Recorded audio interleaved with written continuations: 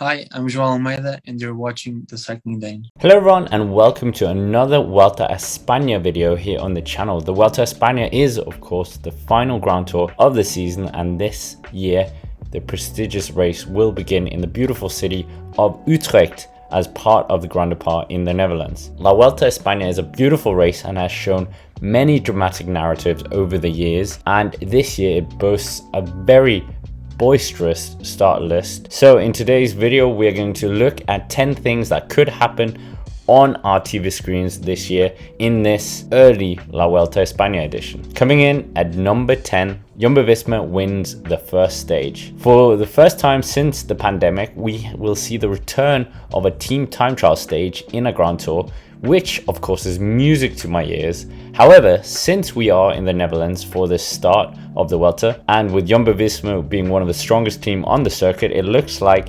this is a home run to say the least to begin with, as the Dutch outfit are bringing the former World Time Trial champion and current Commonwealth Time Trial champion Rowan Dennis, along with Edoardo Effini and the Olympic Time Trial champion Primož Roglic, all of these in the same team, and this is going to be a very fast team time trial from the Dutch riders. I see no reason why they won't win the 23.2 kilometer stage around Utrecht. Well, the only way they won't win is if we see a repeat of the crash that happened in the 2019 opening stage in the Vuelta a España. Coming in at number 9, a Dutch rider will wear the polka dot jersey. With the start of the Vuelta being in the Netherlands, we saw no reason why it won't be another solo rider effort going for the mountain jersey in the early stages of the race, much like we did with Magnus Cort Nielsen during the Tour de France as part of the Grand Depart in Denmark. And I think we've already seen the Dutch riders win the mountains classification in the Giro this year, so they might be on the hunt for more. And I think we might see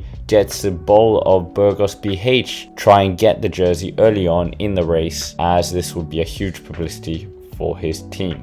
Coming in at number 8, Spanish stage win drought ends. Spain have not won a Grand Tour stage since 2020 on stage 2 with Marc Soler, which is a very long time. So this prediction is that they will end this drought finally in their biggest race on home ground, and potentially, who knows, it could be Alejandro Valverde in his final Vuelta a España edition to end this very long drought for Spain. How fitting would that be? Coming in at number 7, Primož Roglic won't win La Vuelta a España.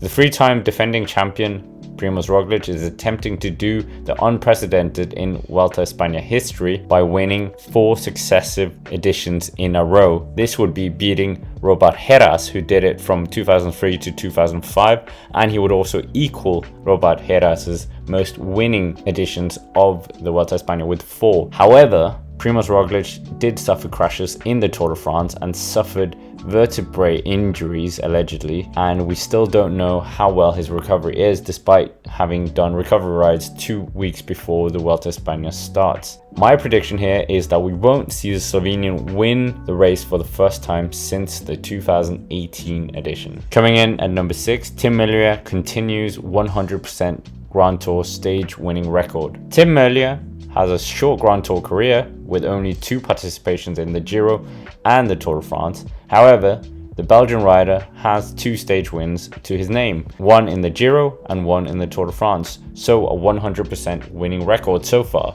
And now the Belgian rider will be going to the Vuelta a España, the final Grand Tour that he hasn't been at, and I don't see any reason why he won't maintain this 100% winning stage win record, and he could win a sprint stage here at the Vuelta. Coming in at number 5, Ineos Grenadiers won't be the strongest team again at La Vuelta a España. Ineos Grenadiers showed me up well and truly at the Tour de France, as they were on paper the best team as they won the team classification. However, they were definitely not the strongest team on the road, as that was clearly Jumbo-Visma. And I think despite their team being very strong on paper, that they will still not be able to control the peloton like we saw back in the Team Sky days, or like Jumbo-Visma did.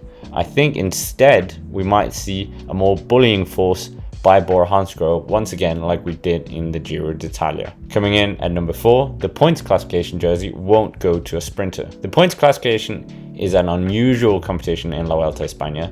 The success of the pure sprinters has been lacking in years, with Fabio Jakobsen being the first pure sprinter to win it since John Degenkolb. And this year, I think it will revert back to the normal once again, and we could see one of the top 5 riders of the race win the points classification yet again. Coming in at number 3, Vincenzo Nibali will be the best placed previous winner of the Vuelta a España. The 2022 Vuelta a España has plenty of former Vuelta champions on the start line, including Vincenzo Nibali, Alejandro Valverde, Simon Yates, Primož Roglic, Nairo Quintana and Chris Froome.